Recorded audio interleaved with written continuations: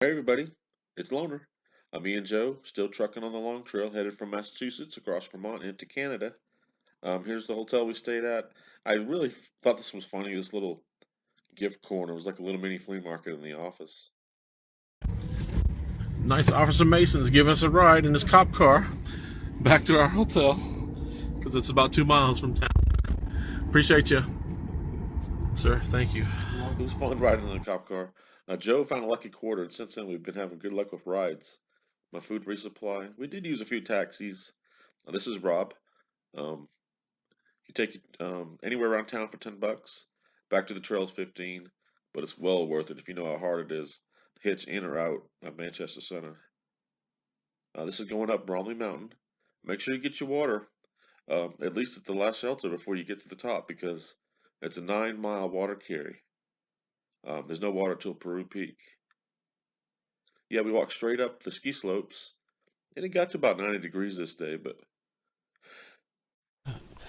That way's Manchester. We just walked up that ski slope, top of Bromley Mountain. The old fire tower used to be right there. They knocked it down in 2012. There's the warming hut where hikers can stay.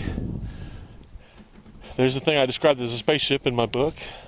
Joe Fore is going to go check it out, see if we can find the keys. Just a joke. And we go back down that way. And there's Canada. Having fun. yeah, we hung out on top of Bromley a while. 360-degree views, a nice little breeze. They have a warming hut that used to be considered the secret shelter, but now it's in the guidebooks and everything. Just keep it clean. Don't write on anything. There's no graffiti on the walls. Feel free to write in the logbooks. This is Hot Sauce again. This is Jake Hikes. A cool self-portrait there. Yeah, we got over the peak and we saw these water jugs, and I was so excited there was water, but they were all empty. Luckily, Joe had Yogi, our trail maintainer, for some water. Someone left this knife too. How about this little brook? This is beautiful.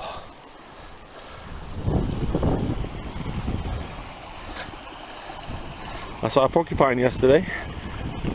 I heard something coming through the woods, so I grabbed my camera and got ready, and then as soon as he just kept coming right towards me, and then as soon as he got in the clearing of the trail, he stopped and saw me, and he was surprised to see me, and I was surprised to see him, and we just looked at each other for a minute. Well, here's what a porcupine looks like. I had a great video, an awesome video. I showed it to Joe, but then I accidentally erased it. This is the sunrise from Styles Peak where we stayed. Here's a few different flowers from around the pond at the bottom. I don't know the names of all these flowers or these ponds, guys, but I soaked my feet in every one. Yeah, my feet were bothering me a little. This is Baker Peak. Um, it's like a sheer rock wall almost, and you just climb up and up and up. But a beautiful view. We camped that night near this brook and soaked in it again. And then look at this awesome suspension bridge.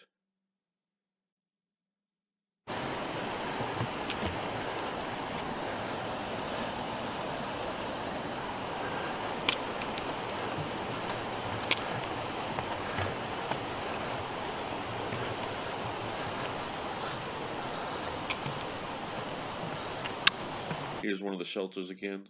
This one had some unique mousetrap pieces inside. This is US Forest Service Road 10. Looks like they're doing some construction. And this, it marks 200 miles to go.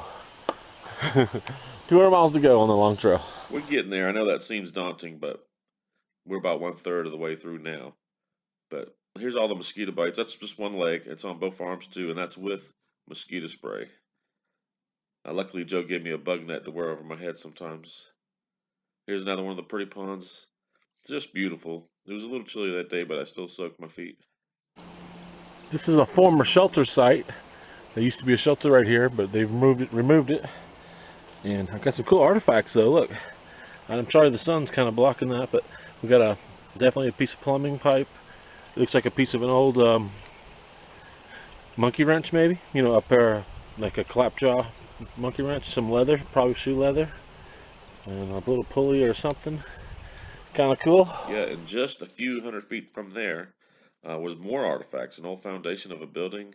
This looks like some plow pieces, some wagon wheel pieces, um, some old hinges.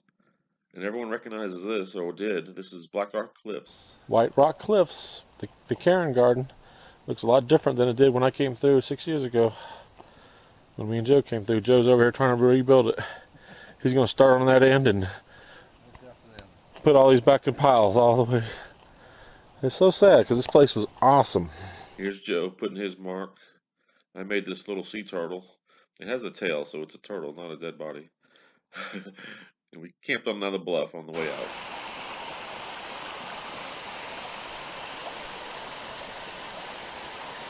And then we popped out of the woods at 1:40 and got a ride immediately. Thanks, guy.